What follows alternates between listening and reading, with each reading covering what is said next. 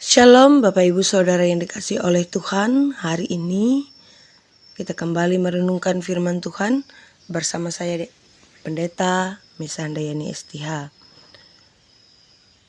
Sebelum bersama kita membaca dan merenungkan firman Tuhan ini, mari kita bersatu hati dalam doa. Kita berdoa. Tuhan yang penuh kasih, izinkan kami mengucap syukur atas segala penyertaan baik yang telah Engkau izinkan bagi kehidupan kami, sehingga di pagi yang indah ini kami kembali diberikan kesempatan oleh Tuhan untuk merasakan anugerah terindah, napas kehidupan, kesehatan, bahkan kekuatan.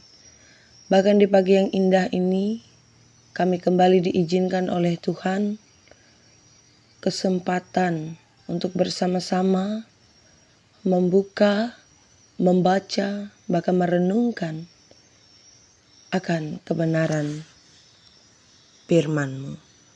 Biarlah kami ya Bapa mengetahui apa yang menjadi petunjuk bagi jalan kehidupan kami yang telah Tuhan persiapkan. Bahkan kami percaya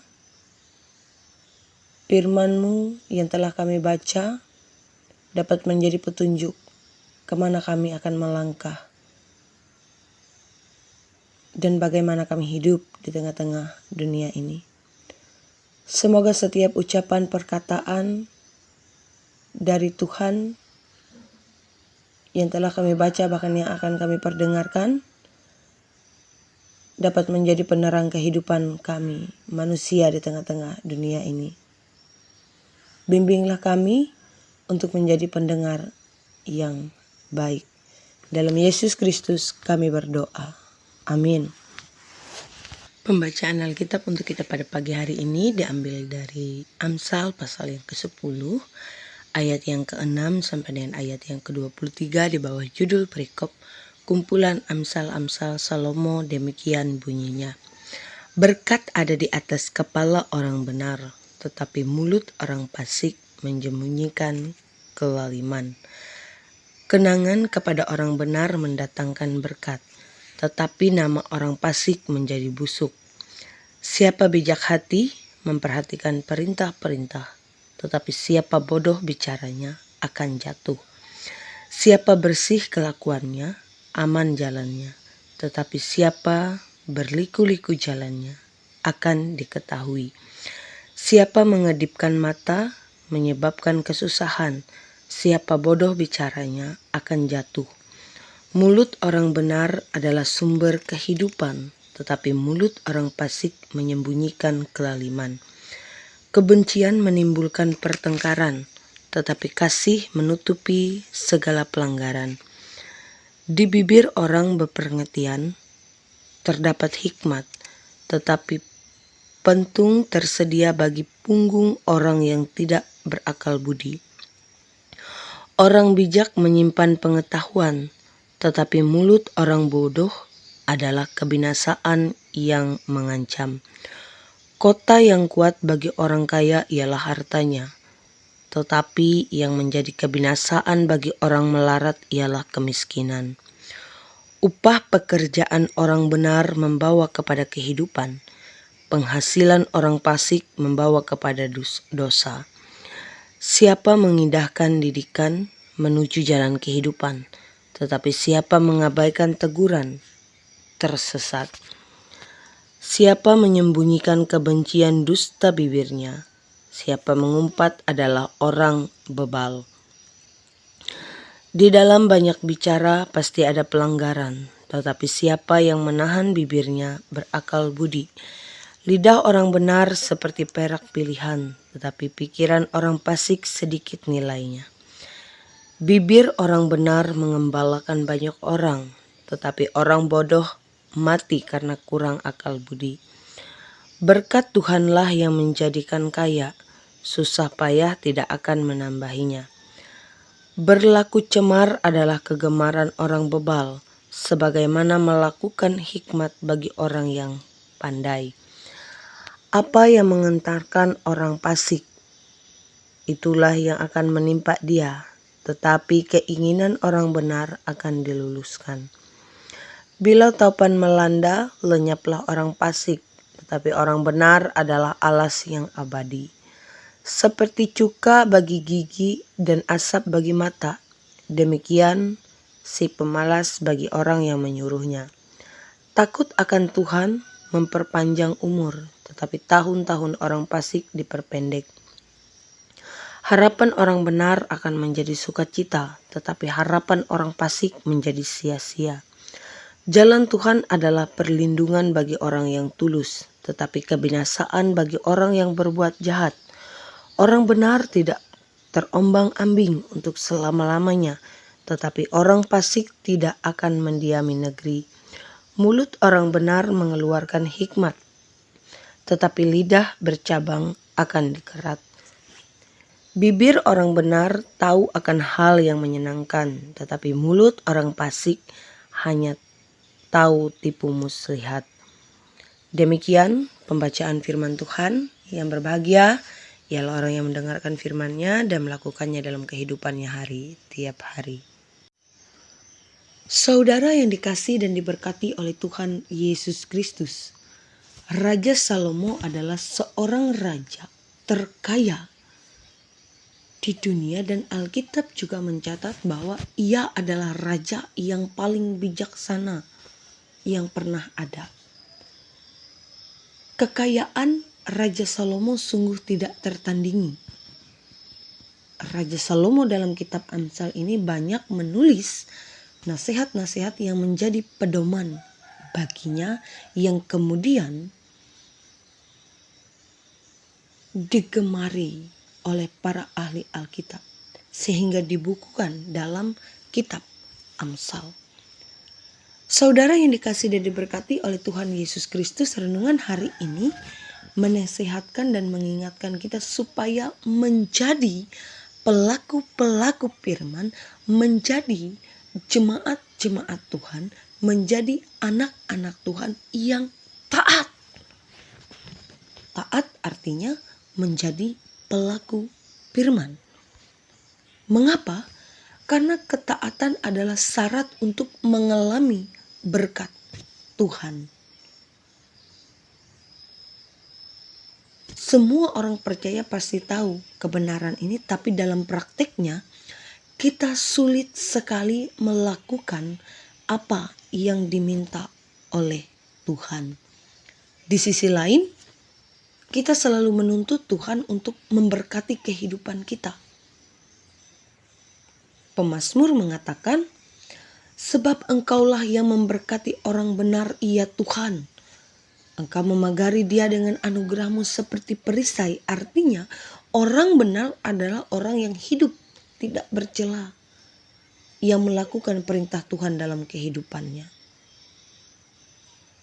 Menarik diamati bahwa dalam bagian firman Tuhan hari ini, fokus utama dari nasihat berkat ini adalah tindakan karya Tuhan. Didikan Tuhan menuntut orang benar kepada jalan kehidupan, karena Tuhan adalah sumber dari segala berkat.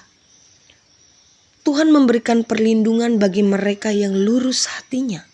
Artinya, dalam poin firman Tuhan hari ini, tuntutan dari Allah kepada orang yang rindu untuk hidup dalam kebenaran. Sehingga didikan dari Tuhan ini akan menghasilkan orang yang rendah hati, yang mengindahkan teguran. Kerendahan hati ini terlihat dalam perkataan yang memperhitungkan setiap ucapan. Di sisi lain, pemahaman bahwa Allah adalah sumber berkat akan memunculkan sikap hidup yang takut dan hormat akan Tuhan. Artinya, melewati bagian firman Tuhan hari ini, Bapak Ibu Saudara, kita percaya bahwa Tuhan adalah sumber pengharapan. Tuhan adalah sumber kebahagiaan hidup orang yang benar. Sehingga hanya di dalam Tuhan kita boleh bermegah. Pertanyaannya, apakah hidup kita sudah menghadirkan keteguhan dalam hidup yang membuat kita tidak terombang ambing. Ketika kita melihat hakikat kebijaksanaan menurut Alkitab, sekali lagi kita dihadapkan kepada pentingnya memiliki relasi dengan Kristus. Iman Kristen bukanlah daftar nasihat, melainkan karya anugerah Allah yang dikerjakan hanya melalui persekutuan dengan anaknya. Artinya, saudara yang dikasihi dan diberkati oleh Tuhan Yesus Kristus, untuk menjadi pelaku firman, diperlukan tindakan iman yang nyata dalam kehidupan kita. Sebab berkat itu sudah disediakan oleh Tuhan. Sedangkan bagian kita adalah mengambil berkat tersebut. Maukah kita melangkah untuk mengambil berkat itu atau tidak? Melangkah berarti mau melakukan apa yang diperintahkan oleh Tuhan. Contoh, Alkitab menasihatkan kita untuk tidak menjauhkan diri dari pertemuan-pertemuan ibadah. Maka kita pun harus setia beribadah kepada Tuhan dengan sungguh-sungguh. Menghargai setiap waktu dan kesempatan yang diberikan oleh Tuhan.